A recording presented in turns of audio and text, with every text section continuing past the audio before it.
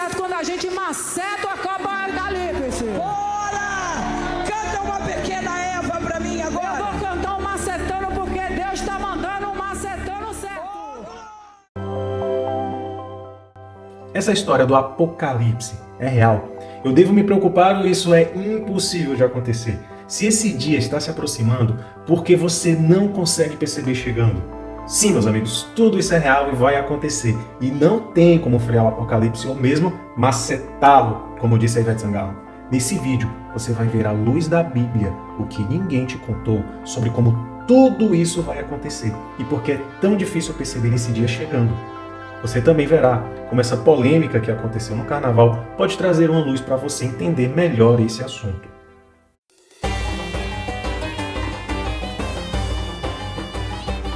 E aí, irmãos, bem-vindos ao Ei Bíblia! Em primeiro lugar, preciso te informar que esse canal não é um canal de fofoca ou assuntos do tipo. Esse é um canal que fala sobre a Bíblia Sagrada, que foca em trazer assuntos, temas e pautas que faça você compreendê-los de forma mais simples e que possa agregar valores profundos em sua vida.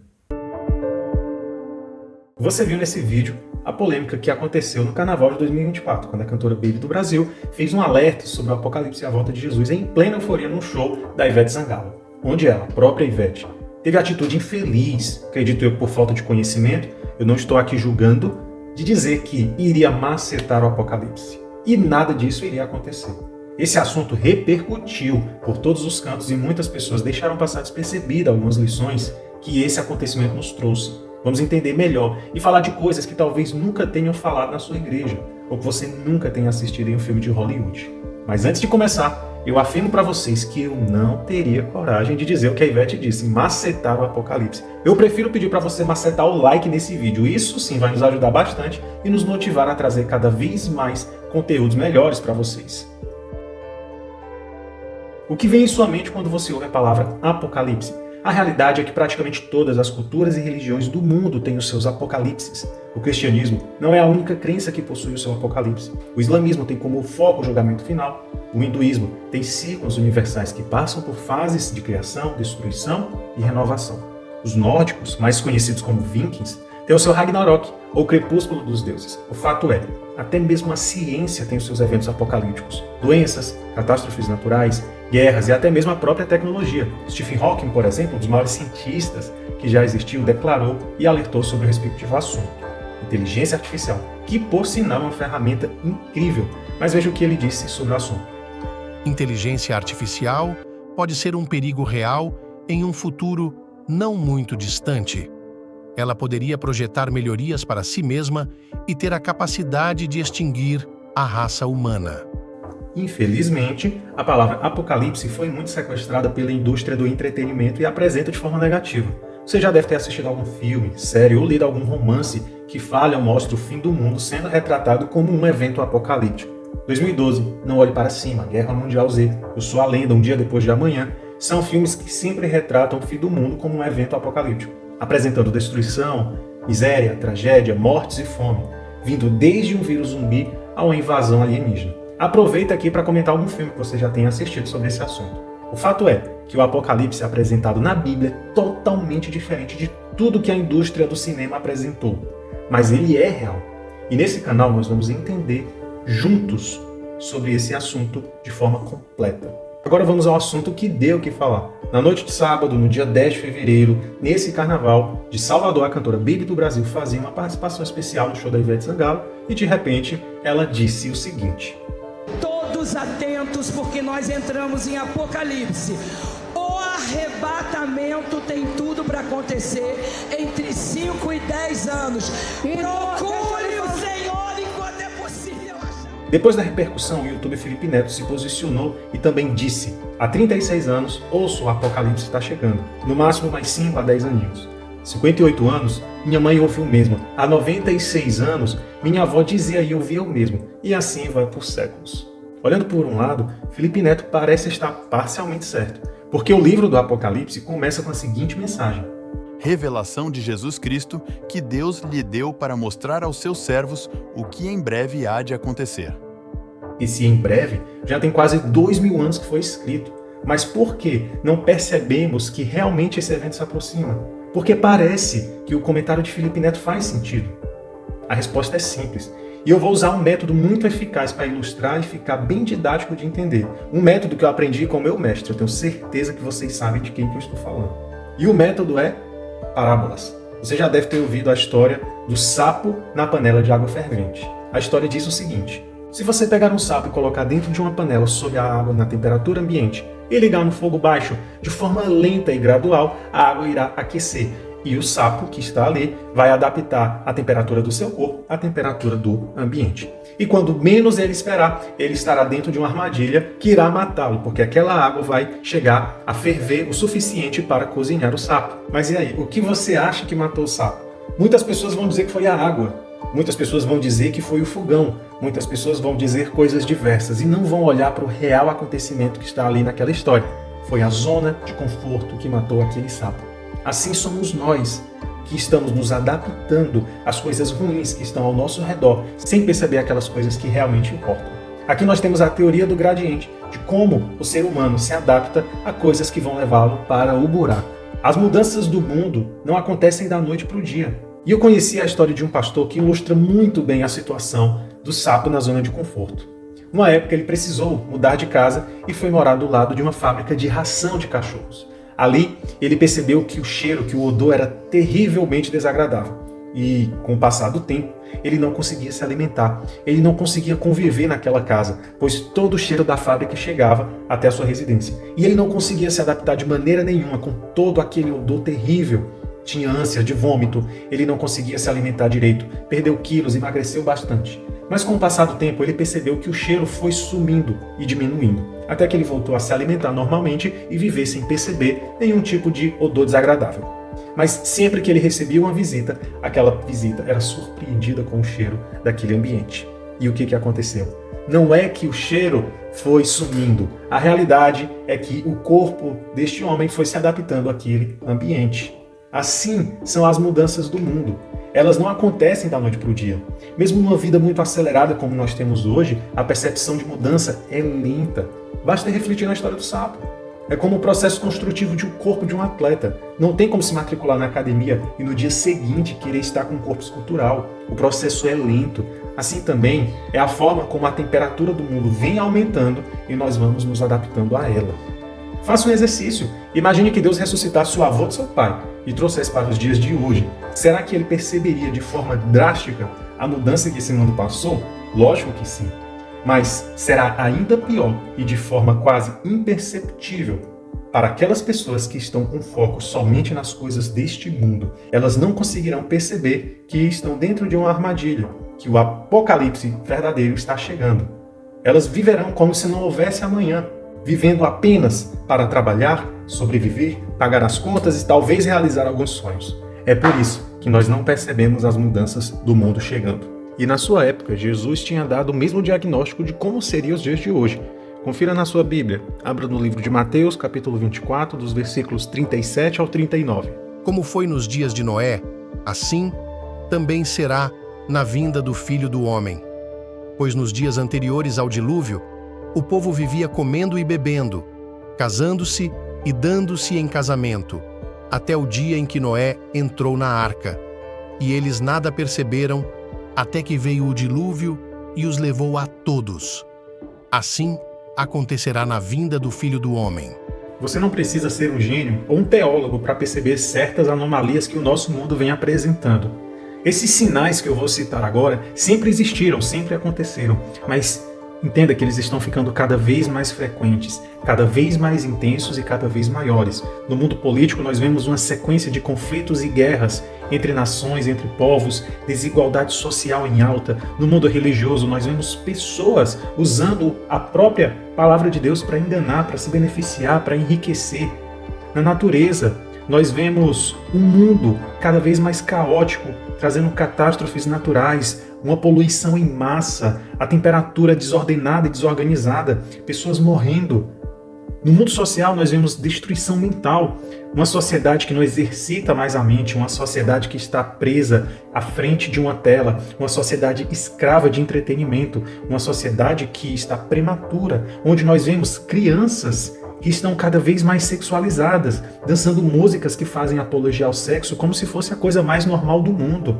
Letras que fazem apologias pervertidas, uma sociedade líquida, onde todos estão com os nervos à flor da pele, cada um sendo dono da sua própria razão. Ainda temos a velocidade de informação que não nos deixa ter tempo de raciocinar, ou mesmo tempo para ter luto de uma notícia muito triste.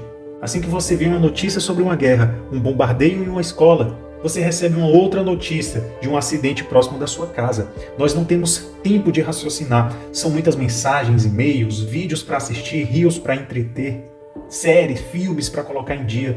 Nossas horas estão ficando cada vez mais escassas e tudo aquilo que está ao nosso redor, coisas que realmente importam, ficam embaçadas, ficam em segundo plano, como se nós fôssemos imortais e tivesse tempo suficiente para colocar um dia em foco as coisas que importam, que estão ficando de canto. Além dessas coisas, tem um fato principal que nos impedem de perceber os sinais se aproximando e compreender como serão essas coisas, que é a falta de conhecimento bíblico sobre o assunto. Refletir em uma possibilidade real do fim do mundo, sem saber como isso vai acontecer, soa desesperador. Ficar às cegas nos deixa com medo e pavor, mas quando a gente se volta para a Bíblia, podemos nos tranquilizar. Por volta do século 8 a.C., um homem chamado Amós, que foi inspirado por Deus, escreveu o seguinte: Certamente o Senhor Deus não fará coisa alguma, sem primeiro revelar o seu segredo aos seus servos, os profetas. E confira isso na sua Bíblia, dê pausa no vídeo, abra no livro de Amós, capítulo 3, versículo 7, e vamos conferir o que eu acabei de dizer. Vamos fazer esse combinado agora. Sempre que eu citar alguma passagem bíblica, você pausa o vídeo, procura o versículo e acompanhe a leitura comigo. Vai que eu possa estar te enganando. Você deve estar atento a tudo e a todos. Voltando para o assunto, Deus prometeu revelar aos profetas, para eles anunciarem ao mundo as suas revelações. Um profeta nada mais é do que um porta-voz, uma pessoa especial escolhida a dedo por Deus para ser seu mensageiro. Apocalipse é o último livro da Bíblia e ele foi escrito no primeiro século, por volta do ano 95, 96, por um dos apóstolos de Jesus. Seu nome era João, conhecido também como o discípulo amado. Junto com Tiago, eles eram os mais íntimos de Jesus. Ele foi o único apóstolo que não fugiu durante a prisão e a crucifixão de Cristo. O Salvador confiou sua mãe nos cuidados dele. Ele foi o último dos apóstolos a morrer e foi o único que não foi martirizado. Todos os outros morreram de formas terríveis. Mas antes dele escrever o livro do Apocalipse, ele sofreu uma tentativa de mártir. Foi jogado em um caldeirão de óleo fervente, mas Deus o livrou, pois ele ainda tinha uma missão a cumprir. Então, ele foi aprisionado na ilha de Patmos e lá ele recebeu as visões que hoje estão registradas no livro do Apocalipse. Mas o que Deus revelou no livro do Apocalipse? Em primeiro lugar, o nome Apocalipse significa revelação. Várias revelações são dadas nesse livro, e essas revelações foram feitas através de códigos proféticos, uma espécie de quebra-cabeça simbólico que mostra os eventos finais desde o início da história do mundo, que foi corrompida pelo pecado. Apesar de ser um livro de revelações, muitos acreditam que é um livro selado, um livro que não deve ser lido, um livro assombroso e terrivelmente assustador. É até compreensível, porque o livro apresenta bestas, pragas e um grande conflito cósmico entre as forças do bem e do mal. Desse livro você verá as cartas às 7 igrejas, o trono de Deus, o livro selado, os 7 selos, os 144.000 selados, as 7 trombetas, o julgamento de Deus, 2 testemunhas mártires, a mulher e o dragão, a guerra civil que aconteceu no céu e a expulsão do diabo e seus anjos seguidores, a besta que sobe do mar, a besta que sobe da terra, as 3 mensagens angélicas, as 7 pragas, a grande prostituta, a queda da Babilônia, a prisão de Satanás e o milênio, também o novo céu e a nova terra. E se você quiser entender melhor, de forma detalhada e aprofundada, cada uma dessas coisas, se inscreve nesse canal, porque aqui você vai receber conteúdos que vão trazer uma luz para todo o entendimento de assuntos complexos relacionados à Bíblia e principalmente sobre as profecias escritas no livro do Apocalipse. Mesmo que algumas dessas coisas sejam literais, elas realmente vão acontecer. Muitas outras são simbólicas, mas a maior mensagem que esse livro nos passa é a esperança. Então, contrariando algumas culturas, algumas crenças, contrariando a própria ciência e os filmes de Hollywood, o Apocalipse bíblico não é somente sobre o fim do mundo, e sim de um recomeço, um planeta renovado e restaurado, sem resquícios do mal e de tudo aquilo que não presta, pois a única coisa que terá fim será o pecado. E como será isso? Jesus voltará. Veja em Apocalipse, capítulo 1, verso 7. Eis que vem com as nuvens, e todo olho o verá, até quantos o traspassaram. e todas as tribos da terra se lamentarão sobre ele, certamente. Amém. Ele nos resgatará. Veja em 1 Tessalonicenses, capítulo 4, 16 e 17. Pois, dada a ordem, com a voz do arcanjo e o ressoar da trombeta de Deus, o próprio Senhor descerá dos céus e os mortos em Cristo ressuscitarão primeiro. Depois nós, os que estivermos vivos, seremos arrebatados com eles nas nuvens para o encontro com o Senhor nos ares. E assim estaremos com o Senhor para sempre. O mundo será destruído e renovado, e viveremos, conforme o que está escrito em Apocalipse 21, verso 4. E lhes enxugará dos olhos toda lágrima, e a morte já não existirá. Já não haverá luto, nem pranto, nem choro, nem dor, porque as primeiras coisas passaram. Mas como será a volta de Jesus? Qual será o principal sinal antes dele vir? Não se preocupe, falaremos disso em outro vídeo, basta ficar acompanhando o conteúdo desse canal. Agora falando sobre o arrebatamento. Na sua fala, Baby do Brasil afirmou que o arrebatamento tem tudo para acontecer entre 5 e 10 anos. Mas afinal, o que é o arrebatamento? Arrebatamento é a forma que Jesus irá usar para resgatar o seu povo quando ele vier. E será que isso realmente irá acontecer entre 5 e 10 anos? O que é que ela quis dizer com isso?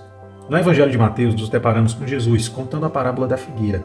Acompanhe na sua Bíblia no capítulo 24, versículo 36. Quanto ao dia e a hora ninguém sabe, nem os anjos dos céus, nem o Filho, senão somente o Pai. Minha opinião sobre a previsão que Baby do Brasil deu, de 5 a 10 anos, é a seguinte. O que ela quis alertar foi que o mundo inteiro está com os sinais do tempo do fim cada vez mais intensos, cada vez mais visíveis e o principal, acontecendo de forma simultânea. Porque todos esses acontecimentos existem desde quando o mundo é mundo. Então, na sua fala, ela quis alertar que o mundo está com um cenário perfeito para esse momento chegar, e não que ele iria acontecer exatamente nesse período. Mas voltando ao assunto da vinda do Senhor, seria mais justo se a gente soubesse a data exata. Então teria como cada um de nós nos preparar para esse dia. É assim que a maioria das pessoas iriam preferir, um atalho. Na minha adolescência, eu tinha um amigo que dizia o seguinte: é muito fácil a pessoa ir para o céu, é muito fácil a pessoa ter o perdão de Deus. Basta ela seguir a vida inteira fazendo o que ela quer, fazendo o que ela gosta, fazendo tudo o que der na telha, mas quando chegar na sua velhice, ela se arrepende dos seus pecados, pede perdão a Deus e Deus o perdoará. E essa pessoa terá a vida eterna no céu. E isso foi um mantra para mim durante muito tempo. Eu repliquei aquela fala para várias pessoas que eu tinha a oportunidade de falar e dizer aquilo com muito orgulho. Mas aí eu te digo, quem iria me garantir que eu conseguiria chegar à minha velhice? Quem garante o futuro? Quem garante a você que amanhã nós estaremos vivos? É uma reflexão pessimista, eu sei, mas é a realidade.